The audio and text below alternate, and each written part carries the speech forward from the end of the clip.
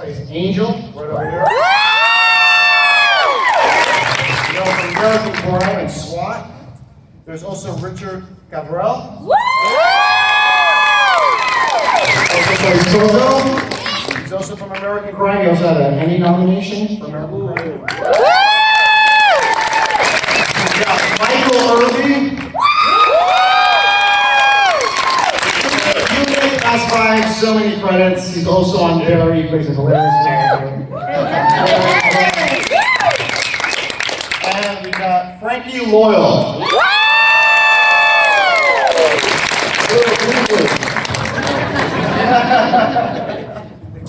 So, first question is, who here rode a bike today? Not me. You guys rode a bike today? Anybody? Later, I'm riding out to the mountains. Woo! You rode a bike? I ride every day. You ride every day? How about the rest of you guys? Is the microphone not working now? Is this on? No, it's not working. Is it on? Is it on? I rode a Schwinn. I rode the Peloton. The Peloton? It's a great ride, you know. On the freeway? Over here? Yeah, that's cool. What about yourself? Oh, I might. You didn't ride today? Are you guys all like, what's your favorite bike to ride? Harley. A Harley. My anniversary road came, yeah. My baby. Yours is the only one that works. It's all you. Yeah, let's put it here. Don't you guys feel like you're in front of Congress right now? Better being interrogated. Yeah, exactly. Well, the interrogations have ended up on Mayans this year, so when, what was it, Emilio's character got his, it's probably the bloodiest season so far. Second season, you guys are really like doing some, there's always been heads cutting off, but this year Emilio gets really tortured in the last episode. I think it was like episode 6. And Right. You got to see how savage he was, right? Yeah, that was He brought it back. Yeah. That's Kurt Sutter, man. You know, when you live in the Kurt Sutter universe, you know you're going to deal with a lot of blood and war Oh, yeah. and murder. You know, retribution. Yes. if you guys are in a real biker gang Club. or club,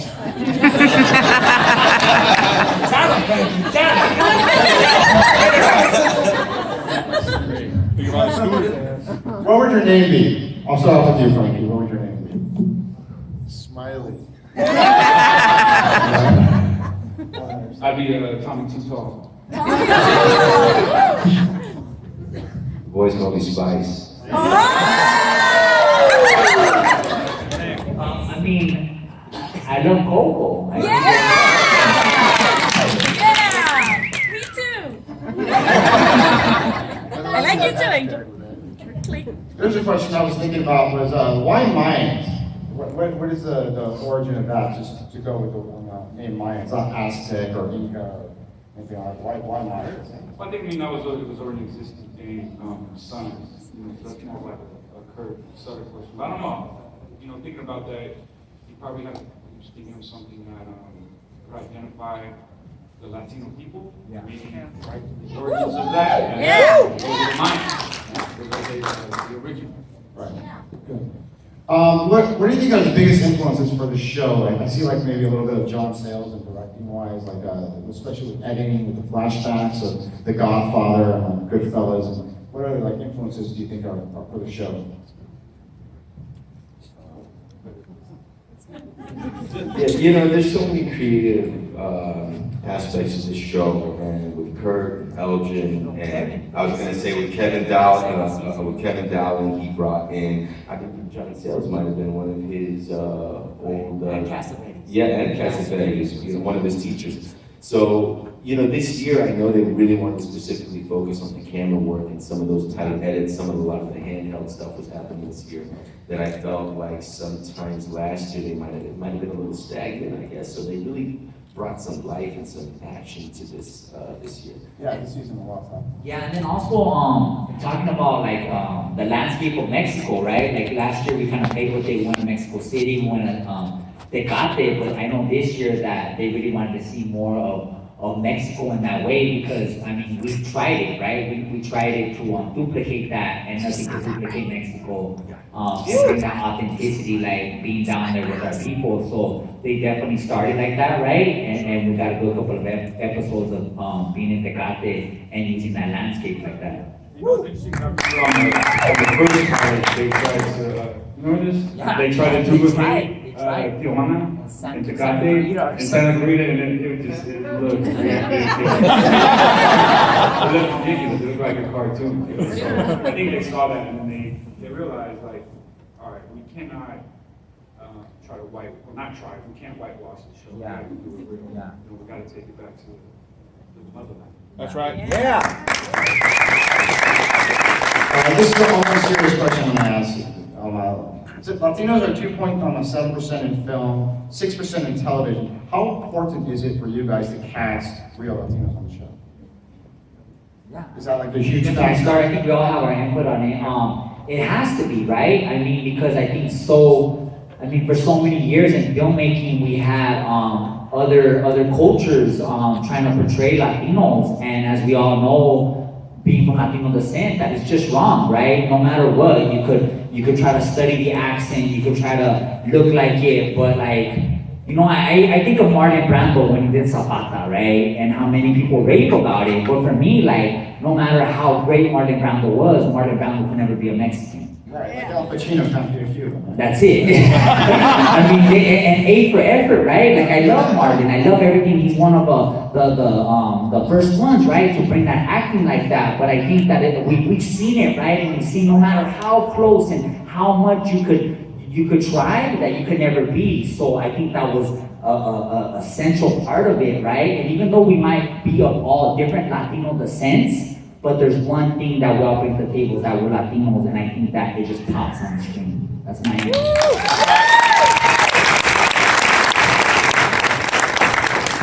Oh, was this all of us?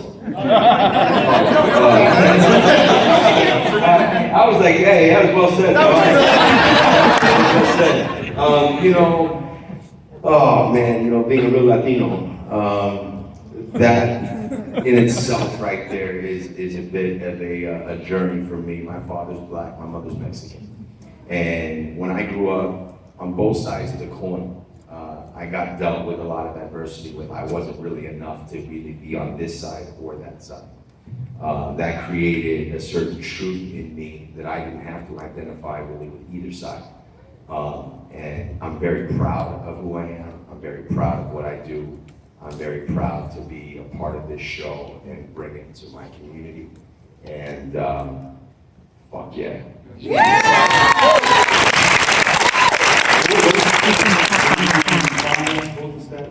Oh, it's 6% on television, 2.7% in film. Well, you know, I mean, it's starting to change because you guys, you know, people saying something, people coming together as one, as a group, as a culture, and saying, we're not going to take this shit anymore, right?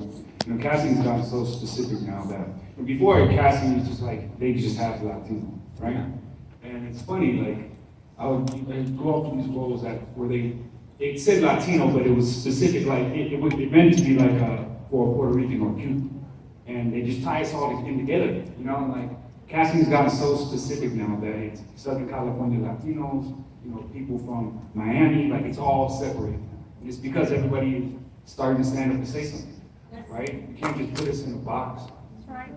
We're more than just one thing, right? And so we appreciate you guys saying something, and continually saying stuff. That really makes a difference, it really does. So thank you.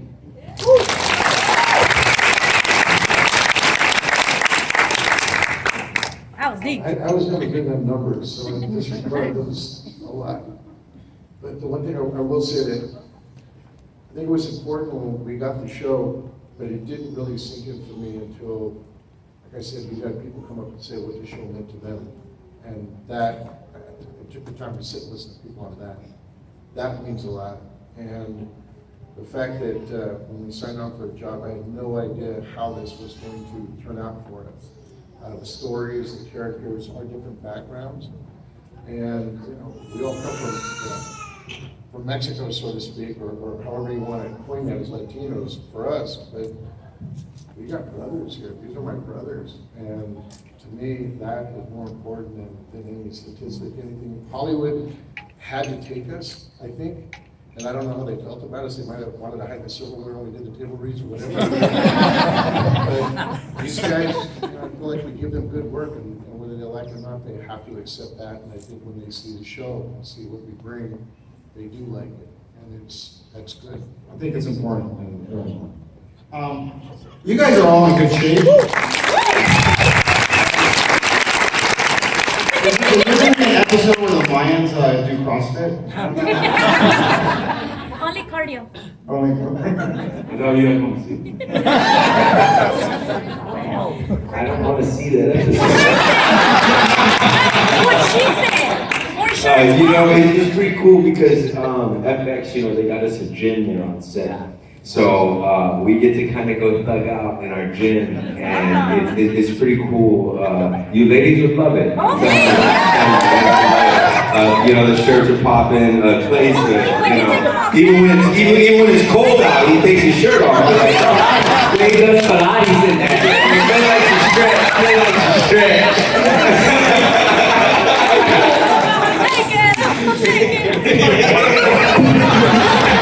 Basically, everybody's saying is jazzercise on crack.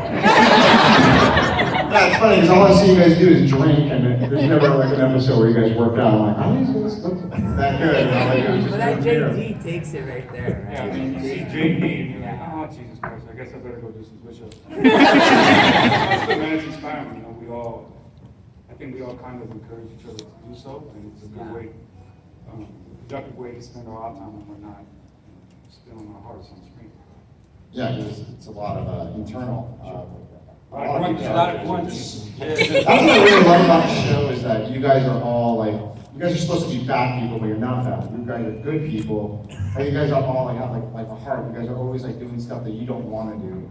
And you're doing it for like, especially like the last season, like season 1 where you know, spoil Yeah, it. man, I mean, it shows, you know, real people. It's not just cartoon characters. Exactly. We're complex human beings. I'm sure everybody does stuff that they don't want to do sometimes. You know, but you do it because, regardless family or job or whatever it may be. You know? So we try to portray that on the screen. It's good to see. Yeah, it is. Appreciate it. How do you guys describe the mood on set? Like with you guys, is it all like? Get him, Irby. You know, every now and then, Spice will come out. Spice will come out. I don't know how I got nicknamed Spice. You know, I murdered a lot of people this year, and you know, it's on the flip side of that. Like when they yell action and cut, they're asking us to be these guys that are deep, dark gray matter is where we all kind of live in our space. So after cut is a nice time to just kind of breathe, and that is like our special time that none of you guys will ever see. Because it's not allowed. You guys can never see some of the stuff that we're doing back there. But you know, I like to keep it light. I've been doing this a long time. As precious as it is sometimes, it's still a job. And we're still making a television show. We're making it for you. We're making it for us, for our families, to feed our families. It's all part of what we do. And it's incredibly special. And you know, the late nights at 3 and 4 o'clock in the morning, it's brilliant. I mean, and when you're sitting out there and you got the full moon and we're out on our motorcycles and we're riding down the road. I'm sorry, was I just, hey, it's amazing. Trust. What's that? How about the mood on the set? Like, how do you feel? Like you guys are like brothers. Yeah, I mean, we have to balance it, right? Because I think that's the definite thing that we go so dark, we go so everything, right? So we have to just come to light, right? Because if you're living like that constantly, then I mean, it's just death to your soul. Like I think your mind doesn't know that it's fake, right? So like whether we do things to just like crack us up and things that only we would say is funny. That's it. So it's a must, though. It's a must. I think for our sanity and for the sanity also the ones that have families, you know, so we don't go home and just be those dark men that we portray on screen. Yeah, I was on set one time for, I think it was episode 7. I was an extra on that. I don't know if you remember me, but I was wearing a mask. I was a DA. No, but you guys were really a lot of fun. It looked like a great set to be in. Here's this is spoiler alert, the way season 1 ended with a huge reveal at the end, like who murdered the brothers, the mother. And I was happy. It was like, Was it? No way. Spoiler alert! I said spoiler, right? If no one wants to show, there's nothing in. So, what was your favorite episode in season 2 right now that you guys don't know? You guys done it, you guys shot already? Or like favorite moment, or a scene? I mean, they haven't really seen it. Right. I think right now we're in episode 7, right? Yeah. So. I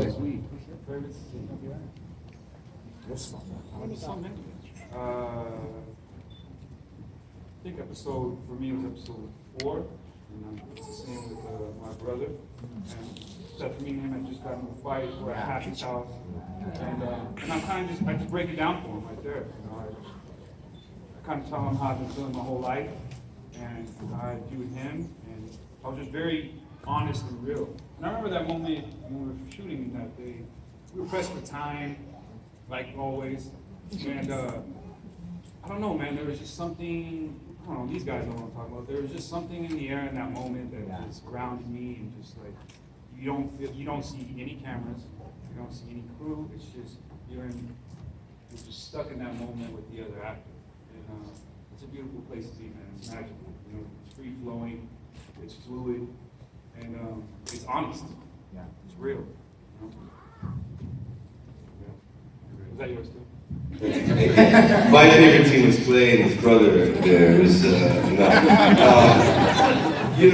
it's every day that we're blessed to be able to go to work, and as long as this show lasts, right? There's already a plan.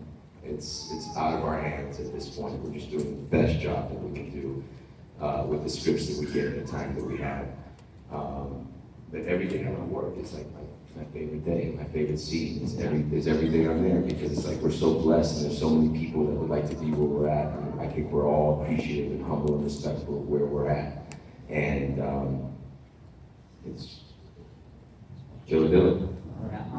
For me, it's the scenes being with the guys in Mexico, right, and having our people like just show us love from the other side, right, because a lot of us like have been in the States for so many years. A lot of us were born here that we forget that our family traveled from Mexico, right? And I remember those days being out there and having our extras, because they hired background from Mexico, and those are some of the beautiful moments for me. Just seeing that like it's not just about like the story that we're telling in Los Angeles and working in Los Angeles, that this work is going to the other side of the border. So that really stuck out with me.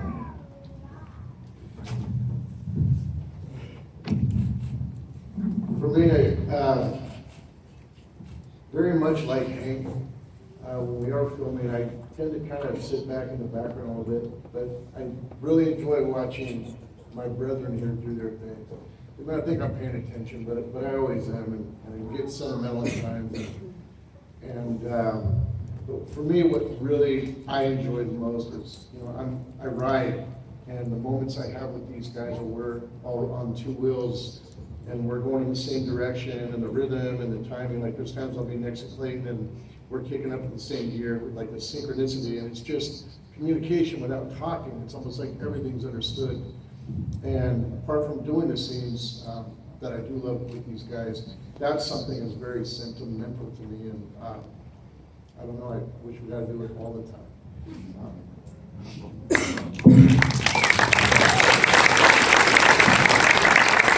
We only got a couple more minutes, so I'm going to open up questions to the audience. If you guys want to start maybe a line over here. Miss? You can come up here. Use your outside voice. What's it like? What's it like working with Edward? Edward James. Oh. I'll try to work with him the most. It's it is amazing. You know, first of all, just working with comedians, I mean, I was an off. So I had to get past that phase. I had to pick my job. And once I was able to do that, it was interesting. Once I had to like, not necessarily show him, but I had to show him that I could be in the same room as him. And once I was able to do that, he was very giving to me as an actor. He teaches me a lot about, in acting there's so many different, it's not just about acting, right? This thing we do is not just about acting, there's so many different little things that come into it. But one thing he taught me about was, like camera work, like where to place your face, and like little tiny things that you don't think about as the actor, but like the audience, like it works so much better with the audience once you know how to work. So he's teaching you little things like that, and that's just years and years and years of being in the industry. And then also, other than that, man, he's a funny dude. Like he's fun with audio. Like he keeps it real. He tells you when you're not doing good, and then he lets you know when you are doing well. So it's, that honesty is, for me, is very, very important. Thank you. Anybody else? I do.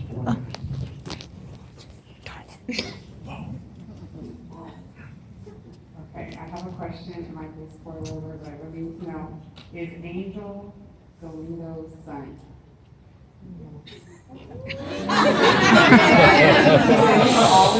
It's the way Always something growing up, Easy's the golden boy. Now it's coming out that the other dude might be your dad's son, so like I gotta know this.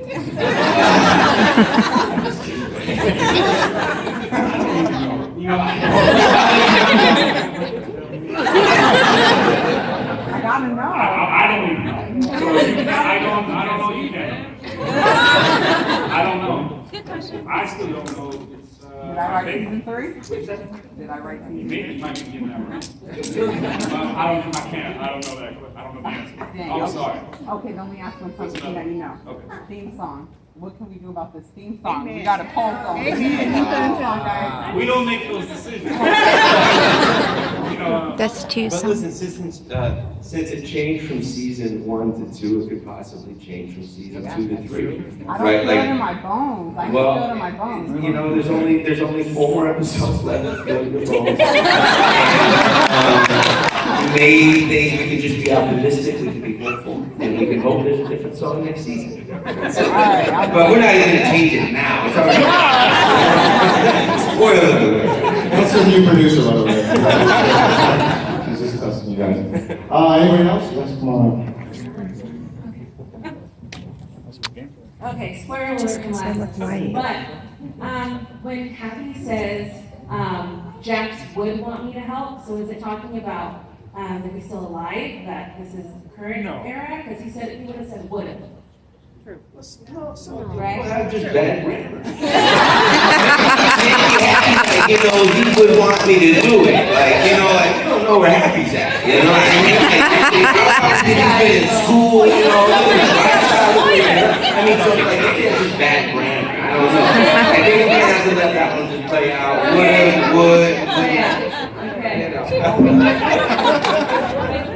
All right. You'll be next.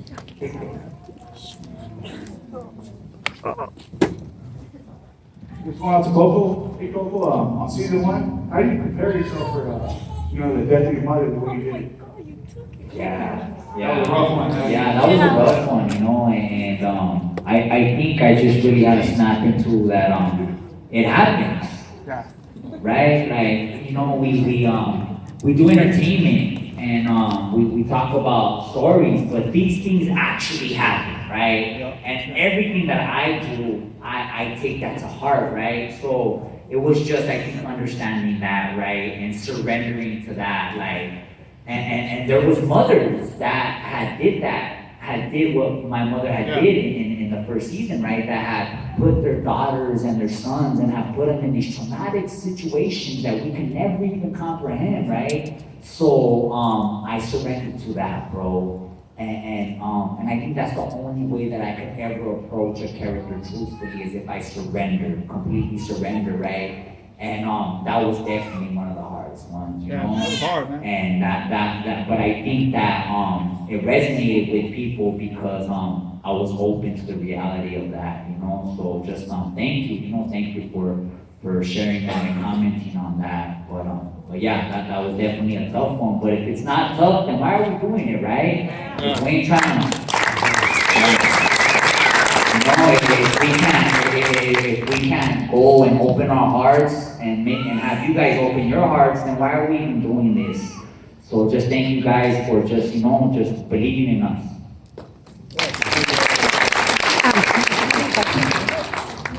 I actually wanted to know, that kind of brings to my question is, sorry, I got a big mouth. Why did you get into acting? Any of you can answer. For me, it was just the addictive feeling of being able to freely emote and not feel judged. I grew up in an environment where showing feelings wasn't really encouraged. Mm-hmm.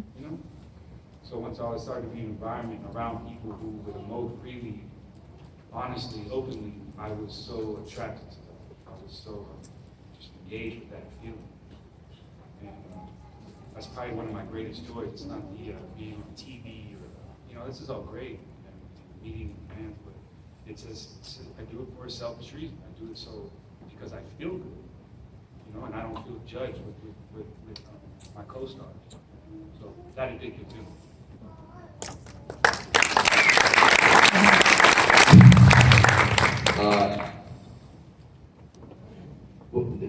Why did we get into acting? Yeah, why did you get into acting? There was a period of my life where I didn't really like myself, I guess. Right?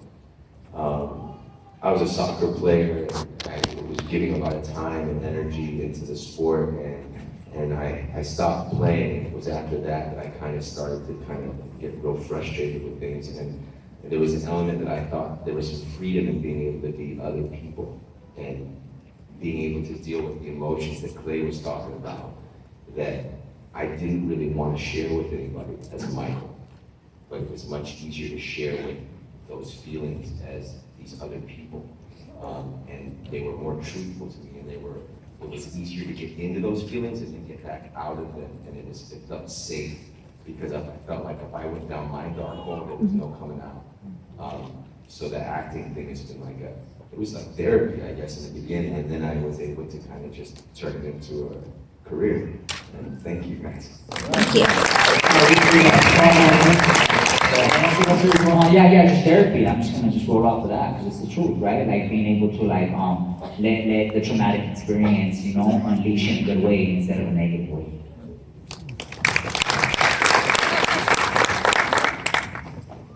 My question, I don't need it. My question was, in your career, who has been your biggest influence? Right. I saw him in a film called Better Life. I saw it. I don't know did it. And TV guy just did an interview thing on me, I saw this dude, and somebody who I deemed had similar background or upbringing, and I saw him on TV, and I was like, whoa, that dude's not an actual actor. Like, he's not an actor. He's from the neighborhood, And I was like, wow, people that they can do that. That can be a thing. And where I was at that point in my life, it wasn't healthy at all. And I knew I didn't want to do what I was doing at that time. I knew that I had to come in, or I was going to come in, honestly. So when I saw that, I was like, oh, wow, okay, let me try something. And it turned into this.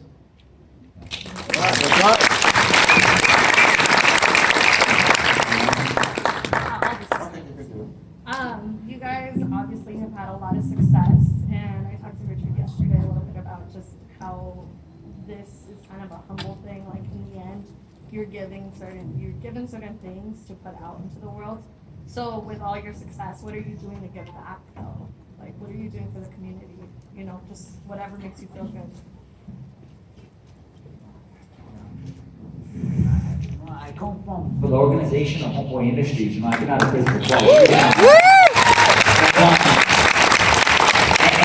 I think there's only so much that you could do, right? I try to help homies, I try to help, you know, homies from the neighborhood. But I think where I came and God has put me is like the greatest gift that you can give the world is being whole to you and your family, right? And trusting that that will show the rest of the world how to be, right? It's not by what you say, it's about what you do. People are gonna be more, inspired by seeing the walk that you walk. So I think that we're all doing that, right? Because ultimately you can't change nobody. They have to change themselves. So I think that's how I walk now, right? But I've been through it all, right? I took these guys to juvenile hall, to go see the kids that were fighting life sentences. You know, we've talked to numerous, and I mean, this was part of my life, but I think that's where it's at for me. That's the truest thing, to continue to shine, and everybody knows who we are, everybody knows where we came from, and that is enough to give them the inspiration to start something for themselves.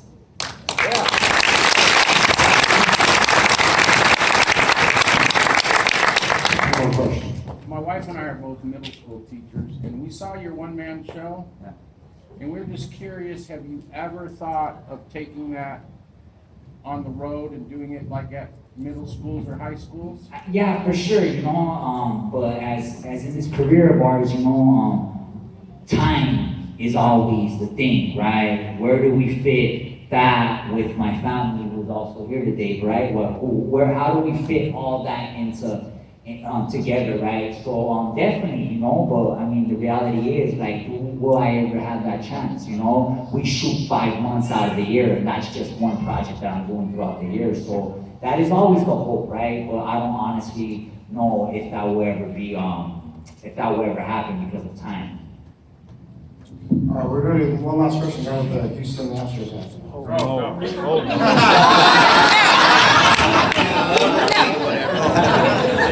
First of all, I want to thank you guys for being the inspiration to the Latino community. Seeing you guys on the TV show, to me, it's like, damn, these motherfuckers made it up there. I can probably be up there too. However, I hope this season continues as long as it can, because eventually one day I want to direct one of the episodes. My second question, though, is, or actually my actual question is, when do you guys tell the director, no, that's not what my character would do? Because you guys have like established characters. You've been on 2 seasons now. And so like, when is it like, you know? All the time. All the time. We've been doing this, we've been this character for 3 years. Yeah. These directors are just walking into this. Yeah. So, and you know, if you're doing your job, you know, they when you say no, that usually it works out in your favor. Because nobody knows our characters better than us. Yeah. Right. Exactly. So how you gonna tell me what Bishop is gonna say or what Cope, no, it's not. Well, I know what Cope is gonna say.